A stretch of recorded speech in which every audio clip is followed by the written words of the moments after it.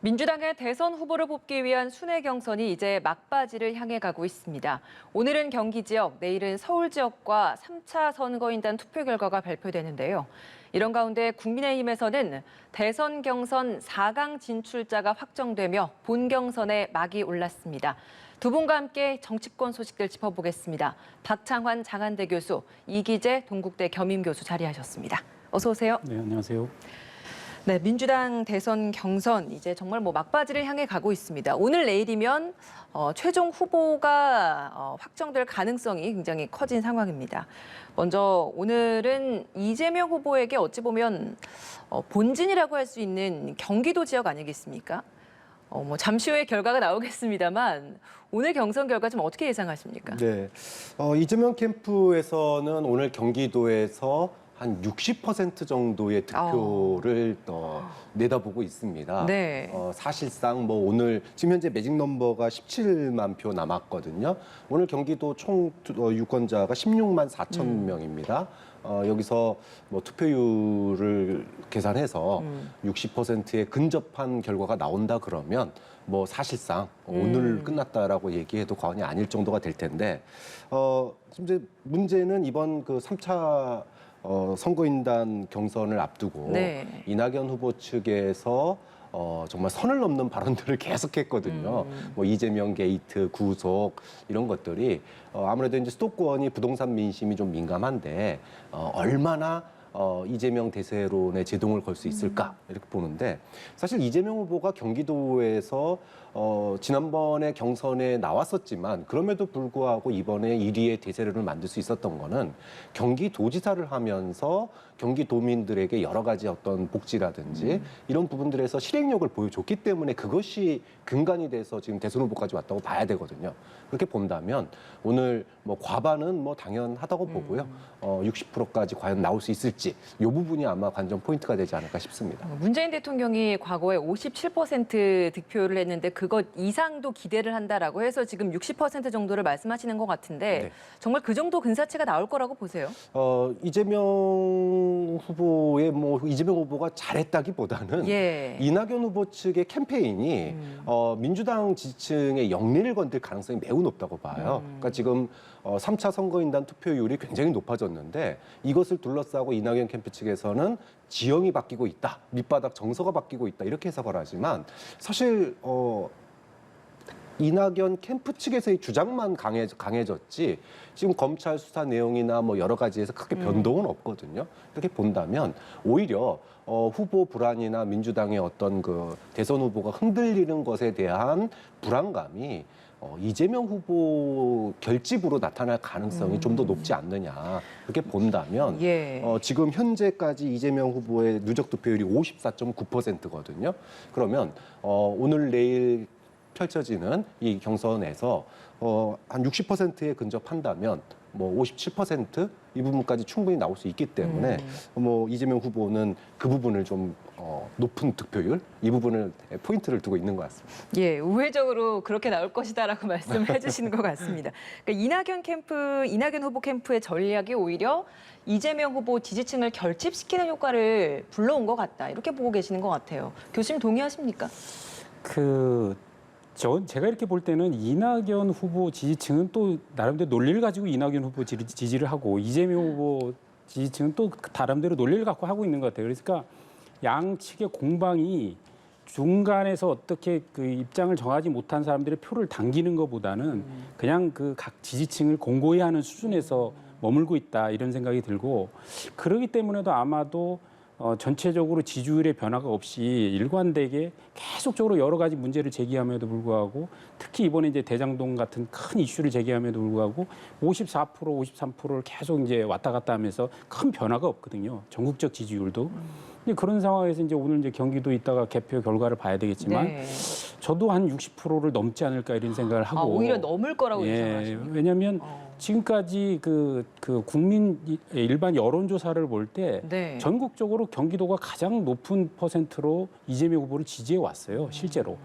그래서 그건 아무래도 뭐 이재명 지사가 경기도에 일을 하면서 뭐 재난지원금이라든가 이번에도 뭐 다른 시도는 88% 지급할 때 100% 재난지원금을 지급하지 않았습니까? 예. 이런 뭐 효과라든가 이러면서 아무래도 경기도의 그 근거를 확실하게 틀고 있는 느낌이고요.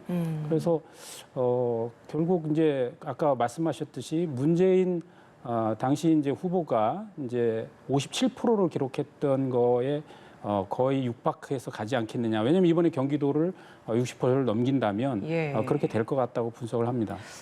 알겠습니다. 저희가 잠시 후에 이어지는 뉴스에서 6시에 이 민주당 대선 경선 결과가 또 발표가 되면 그 모습을 생중계로 보여드릴 거기 때문에 두 분과는 그때 또 이 민주당 경선 이야기 좀 더 깊이 있게 다뤄보도록 하겠습니다. 민주당 경선 이야기는 여기까지 해보고요. 국민의힘 경선도 한창 진행 중입니다. 2차 예비 경선이 결과가 나왔어요. 그러니까 우리가 3위까지는 많이 예상을 했습니다. 과연 4위는 누가 될 것인가 이 예상들을 많이 했는데 두 분은 원희룡 전 제주지사 예상하셨는지 어떻습니까? 예, 뭐 저는 뭐 예상보다는 원희룡 후보가 4강 안에 드는 게 국민의힘 경선에서는 흥행이라든지 당선 가능성을 높인다라고 하는 측면에서 가장 좋다라고 봤습니다. 사실은 이제 그 나머지 후보들이 다 1% 안에서의 경쟁이었기 때문에 여론조사의 변별력이 없었죠. 당원들의 투표로 갈렸다 이렇게 봐야 되는데 가장 큰 경쟁 상대는 역시나 당대표를 지냈던 황교안 전 대표라고 봐야 돼요. 그런데 황교안 전 대표는 지난 총선 결과도 부정을 하고 있고 또 이번 경선 결과마저도 부정투표라고 예. 부정을 하고 있는데 이분이 본선에 올라가게 됐을 경우에 이 4명의 그 본선 토론이 뭘로 진행되겠느냐. 쉽게 얘기하면은 태극기 표를 갖다가 흡수하기 위해서 토론 지형 전체적으로 극우로 흐를 가능성이 있다면 본선에서의 중도층 확장성의 위험이 이제 빨간불이 들어오는 거죠. 근데 반면에 원희룡 후보 같은 분이 들어간다 그러면 아무래도 이제 좀 더 개혁적인 보수 그리고 좀 뭔가 그동안에 이제 그 도지사를 지내면서 정책 중심의 어떤 토론, 조금 더 중심을 잡아주는 토론이 가능하기 때문에 향후에 국민의힘의 어떤 토론이 사실은 뭐 지난 그 예선 토론 때도 보셨지만 홍준표 후보하고 뭐 날 세워서 지금 토론을 하고 있잖아요. 예. 윤석열 후보하고 그런 상황에서 토론을 정책 중심으로 잡아줄 만한 후보가 지금 필요한 상황이었다고 보고 그런 점에서 저는 원희룡 후보가 4강 안에 든 거는 국민의힘에게는 굉장히 잘 나온 결과라고 봐요. 그런 점에서 예상했냐 안 했냐보다 최선의 선택이었다. 역시 당원들은 집단 지성이 발현하는구나 이런 거를 좀 느꼈던 결과인 것 같습니다. 예. 이 교수님은 어떻습니까? 예, 저도 뭐 그런 당원들의 바람이 있었을 거라고 봅니다. 왜냐하면 이제 1, 2, 3위는 어느 정도 국민 여론조사에서 이제 반영이 돼 있기 때문에 4등 같은 경우 나머지 주자들이 뭐 5명의 주자들이 2%, 1%에서 그 소수점 자리로 왔다 갔다 했기 때문에 도대체 누가 될 거냐. 결국 이제 판단은 당원들이 결정하는 거였거든요. 결국 이번에 이제 그 2차 컷오프는 이제 국민 여론조사가 70% 반영되고 일반 당원들의 이제 직접적인 투표가 30% 반영되는 룰로 했기 때문에 네. 결국 이제 그 결정 권한은 이제 어떻게 보면 당원들에게 가 있었는데 당원들이 판단을 결국 원희룡 지사를 했다. 그거는 우선 향후 토론을 보더라도 4명의 주자 중에 마지막 한 자리가 원희룡 지사가 들어가야 토론의 품격이 좀 올라가지 않겠느냐 이런 것. 그다음에 현재 이제 3분의 후보들이 좀 약간의 다 불안 요소를 좀 갖고 있어요. 그랬을 때 어쨌든 간에 정권 교체를 위해서 뭐 윤석열 후보를 찍든 뭐 그 홍준표 후보를 찍든 정권 교체에 가장 적임자를 밀면서도 동시에 늘 불안해하고 있는데 그거에 비해서 좀 안정감 그리고 미래의 어떤 정치적인 가능성 이런 걸 보면서 원희룡 지사가 그래도 4강 안에 들어가야 당의 향후의 미래 뭐 여러 가지가 있겠죠. 뭐 당 대표도 있을 수 있겠고 여러 가지가 있을 수 있는데 그다음에 차차기를 볼 수도 있고 이런 측면에서 원희룡 후보를 4강에 올려주지 않았는가 이렇게 생각을 하고 예. 원희룡 후보 입장에서 이번에 아주 큰 성과를 사실 거둔 겁니다. 본인은 이제 불만족스럽겠지만 그 제주도에 그 7년간 내려가 있으면서 사실 중앙 정치 무대에서 많이 잊혀졌다고 봐야 되거든요. 그러니까 본인은 이제 과거에 본인이 이제 정치 활동을 생각하면서 이제 큰 꿈을 품었지만 어쨌든 지금 이번 선거는 윤석열 후보 같이 문재인 정부에 대항해 왔던 사람, 그리고 문재인 정부에 그 싸워왔던 이제 홍준표 후보, 뭐 이런 형식의 이제 그 국민들이 보수 진영 같은 경우에 그렇게 이제 후보를 지금 조망해 보고 있고, 이런 상황에서 이철진 후보가 다시 정치 무대에 복귀한 그 수순으로 볼 때는 굉장히 그 큰 성과를 거두었다 이렇게 생각하고, 물론 이제 앞으로 이제 그 선거 기간이 한 달 남았습니다만 네. 어떤 모습을 보여줄지에 따라서 또 다른 변화를 만들어갈 수 있지 않을까 이렇게 생각합니다. 뭐 사실 이제부터가 본격적인 경선의 시작이다라고 해도 과언이 아닐 것 같은데, 뭐 1위가 누가 됐는지 순위나 득표율이나 이런 것들은 지금 선관위 그 원칙상 공개되지 않고 있는데, 언론에서 다양한 관측들, 추측들이 좀 굉장히 무성하게 나오고 있지 않습니까? 거기에서 이제 하나 나왔던 추측 중에 하나가 당원 투표에서는 윤석열 후보가 홍준표 후보보다 더 앞섰다, 이런 추측이 있었습니다. 이게 의미하는 바가 있겠습니까? 있죠, 크죠. 왜냐하면 다음 이제 그 후보를 선출할 때 당원 투표가 50%입니다. 예. 그러니까는 우리가 지난번 그 8명으로 줄일 때 국민의힘이 10%인가요? 당원 투표가 그밖에 반영이 안 됐고, 이번에 이제 4명으로 줄일 때 30%가 반영됐고, 이제 최종 후보를 선출하는 때는 당원 투표가 50%입니다. 그러면은 결국은 여론조사에서의 격차가 지금 뭐 1, 2위 간의 격차가 뭐 기관마다 조금씩 다르긴 하지만 상당히 좁혀졌다라고 하는 게 뭐 일반적인 추세 아닙니까? 여론조사의 예. 추세.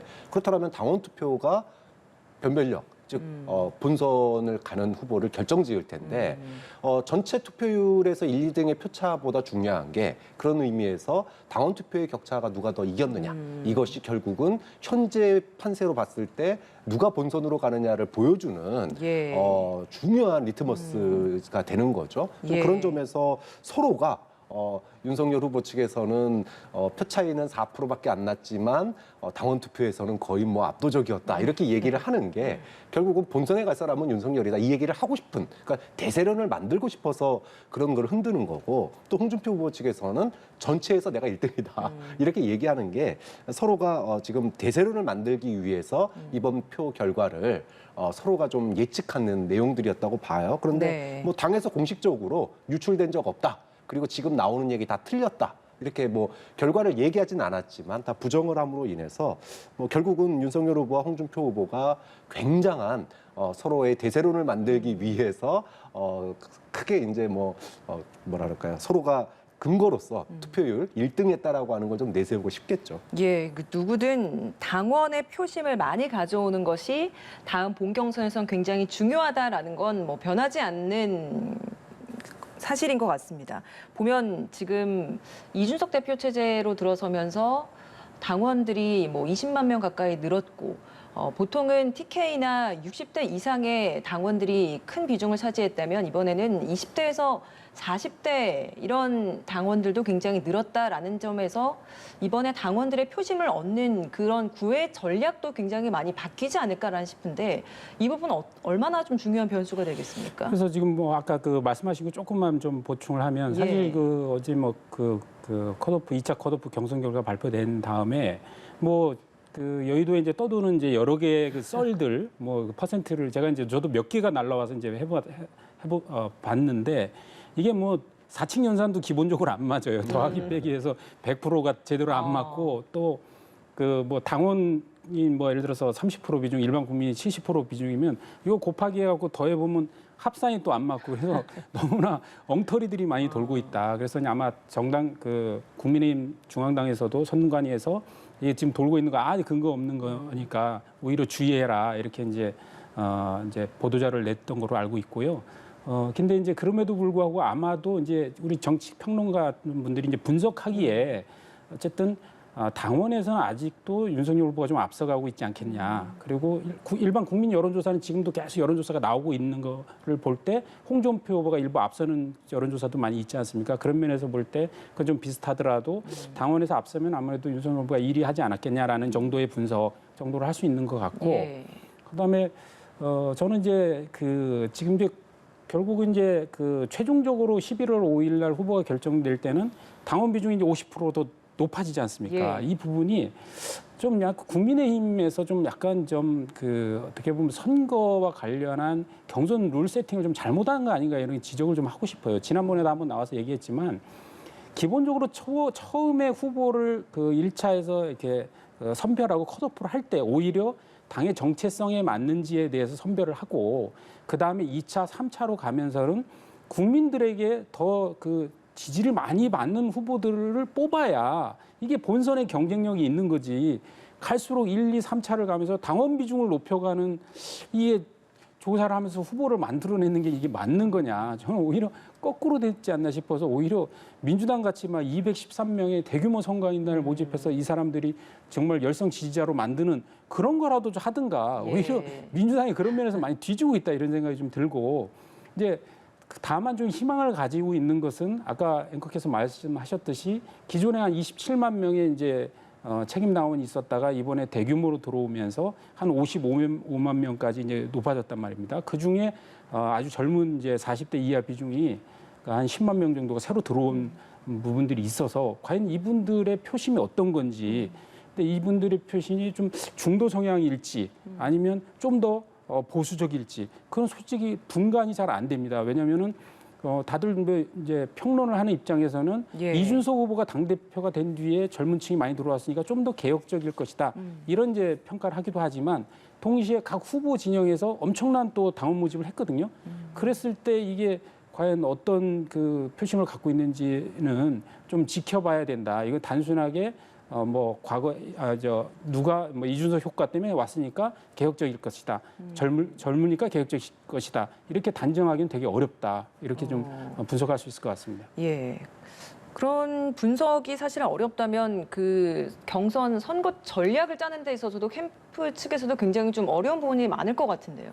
그렇죠. 왜냐하면 그 20, 30대라고 해서 그 무조건 뭐 그 개혁성만 강조하기에는 최근에 이제 이준석 대표가 사실 페미 논쟁을 했지 않습니까? 페미냐 반페미냐. 그래서 오히려 반페미적인 그 남성 당원들이 집중적으로 들어왔지 않겠냐 이런 이제 생각을 하기 때문에 그런 면에서 또 접근을 하게 되면 잘못하면 여성의 표심을 잃을 수도 있고 그런 이제 관계에서 그다음에 이제 어떤 보수적인 발언을 조심한다고 했을 때 오히려 그 새로 또 진입한 당원들이 젊다고 다 개혁은 아니거든요. 예. 이번에 특히 문재인 정부에 대해서 굉장히 등 돌린 지지층 같은 경우는 상당히 보수적인 성향을 발휘하고 나타내고 있기 때문에 그런 측면에서는 저는 이제 뭐 맞춤형 공약을 따로 한다기보다는 후보들이 각자 자기가 걸어온 길의 기초에서 자신이 일관되게 말했던 목소리들을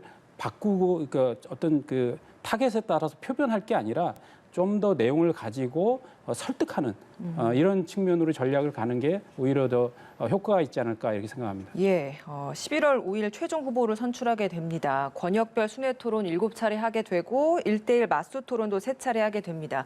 그동안 굉장히 시간이 짧고 후보들은 많아서 제대로 된 토론이 할 수 없었다. 이제 뭐 4명으로 추려지면 그때부터 본격적인 토론의 진면모를 볼 수 있을 것이다라는 게 국민의힘의 큰 주장이었는데 이제부터 좀 본격적으로 어떤 모습이 나올지 지켜봐야 될 것 같습니다.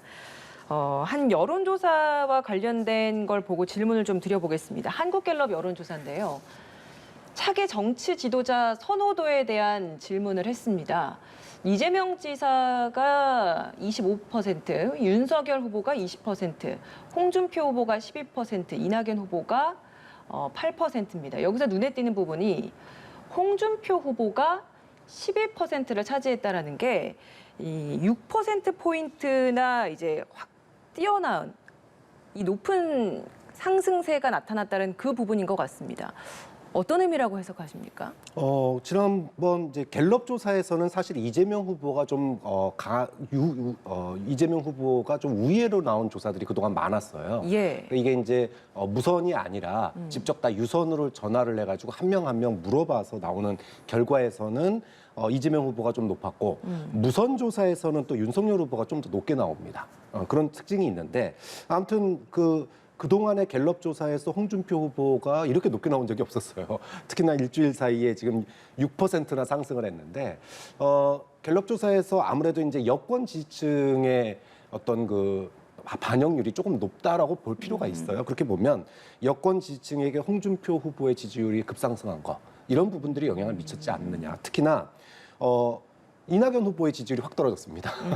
그러면 이낙연 후보를 지지했던 측이 홍준표 후보 지지로 돌아서는 이런 것도 충분히 그림이 나올 수 있어요. 그러니까 이재명 후보에 대한 견제 의식으로 일부는 민주당 지지로 남아 있지만 예. 일부는 홍준표 후보 지지로 뭐 제 주변에서도 민주당 지지층 중에 민주당에서 대통령 후보 찍을 사람 없으면 홍준표 찍겠다 이런 분들 꽤 많이 만났거든요. 그러니까 지난 조국 수호 발언 때부터 시작해서 예. 그러니까 윤석열 후보에 대한 비호감이 워낙 크다 보니까 윤석열 후보에 대한 비호감이 고스란히 홍준표 후보에 대한 반사이익으로 돌아가는 면이 분명히 중도층과 여권 지지층에게 분명히 나타나는 것 같아요. 근데 이게 이제 지난 토론을 통해서 또 윤석열 후보가 홍준표 후보에게 좀 당하는 모습이 또 나타났잖아요. 네. 일부. 그러니까 이런 걸 보면서 홍준표 후보의 지지율이 좀 급상승하는 좀 원동력이 되지 않았겠느냐 이렇게 분석을 합니다. 그런 분석에 따르면 뭐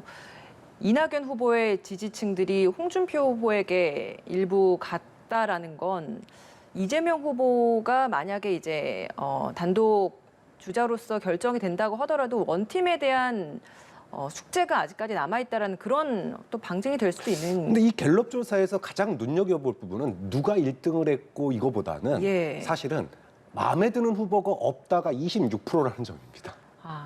즉, 이 26%가 예. 이제까지 윤석열과 이재명이라고 하는 보수와 진보 이 양쪽의 1위 후보가 약점이 있다라는 거예요. 그렇기 때문에 별로 진짜 찍고 싶은 후보가 없다가 26%나 된다는 겁니다. 그렇게 본다면 홍준표 후보가 고스란히 뭐 국민의힘 후보가 된다면 뭐 표가 이동할 수도 있겠지만 홍준표 후보가 아니라 윤석열 후보가 만약에 국민의힘 대표가 된다면 이 표는 그대로 사표가 돼버리거나 아니면 다시 민주당으로 돌아가거나 이럴 가능성이 있는 거죠. 알겠습니다. 그런 점에서는 뭐 지금 이낙연 후보가 지금 사실상 그 뭐랄까요. 경선 불복 모드로 지금 가고 있는 것도 그 대장동의 여파가 어떻게 될지 모르는 면도 있지만은 그 표를 고스란히 가져갈 수 있는 사람이 자신이다라고 하는 그런 계산 끝에 지금 사실상의 경선 불복 모드로 가고 있는 거 아니냐 이런 분석도 있는 거죠. 예, 알겠습니다. 네, 저는 그 갤럽 조사를 보면서 주요 이제 포인트를 본 거는 갤럽이 이제 매달 조사를 하지 않습니까? 근데 아까 말씀하셨듯이 홍준표 후보의 지지율은 계속 올라왔어요. 그러니까 8월 달에 2%, 9월 달에 6%, 요번에 이제 12%를 했으니까 2배 이상 올라간 거죠. 근데 지금 그 윤석열 후보가 20%, 홍준표 후보가 12%인데 이게 비율로 얘기를 하면 예를 들어서 윤석열 후보를 50으로 봤을 때 비율적으로는 홍준표 후보가 36이 됩니다. 그러니까 50대 36 정도 되거든요. 그러면 지금 현재 이 조사는 이재명 후보나 이낙연 후보를 다 집어넣고 하는 거기 때문에 역투표, 소위 얘기해서 민주당 지지층들이 홍준표 후보에 투표를 할 수 없는 구조죠. 왜냐하면 민주당 지지층은 이재명 후보나 이낙연 후보한테 투표하기 때문에. 예. 그래서 그러니까 윤석열 후보가 20, 그다음에 홍준표 후보가 12%는 거의 보수층, 그러니까 국민의힘 지지층이 투표한 거라고 봐야 되거든요. 그럴 때 한 50대 한 36%라고 보면 이거는 다른 여론조사하고 상당히 비슷합니다. 다른 여론조사들도 일반 국민 전체를 했을 때는 홍준표 후보가 앞서기도 하고 비슷하게 나오지만 거기서 국민의힘 지지층을 이제 들어가 보면 거의 한 50대 30 정도의 요 정도 비율을 가지거든요. 그래서 갤럽 조사도 아마 다른 조사에 크게 차이가 없이 나왔다 이렇게 좀 볼 수가 있을 것 같고 예. 그다음에 이제 눈여겨볼 건 이번 갤럽 조사에서 역시 정권 교체를 지지하느냐 정권 유지를 지지하느냐에 대한 조사가 나왔는데 가면 갈수록 정권 교체에 대한 퍼센트가 올라가고 있습니다. 세 달째 47%, 49%, 52%까지 올라갔어요. 그래서 계속 정권 교체에 대한 국민 지지도는 올라가는데 후보에 대해서는 큰 변화들이 없는 거예요. 홍준표 후보가 일부 올라가긴 했지만 여당 후보, 야당 후보를 다 더했을 때는 거의 비슷비슷하거든요. 그랬을 때 역시 정권 교체에 대한 국민의 이제 바람은 높지만 어떤 보수 지금 야당의 후보들이 선전하고 있지 못한 그 결과를 이번 여론조사를 통해서 알 수 있을 것 같습니다. 예, 알겠습니다. 오늘 두 분 말씀 여기까지 듣겠습니다. 박창한 장한대 교수, 이기재 동국대 겸임 교수였습니다. 고맙습니다.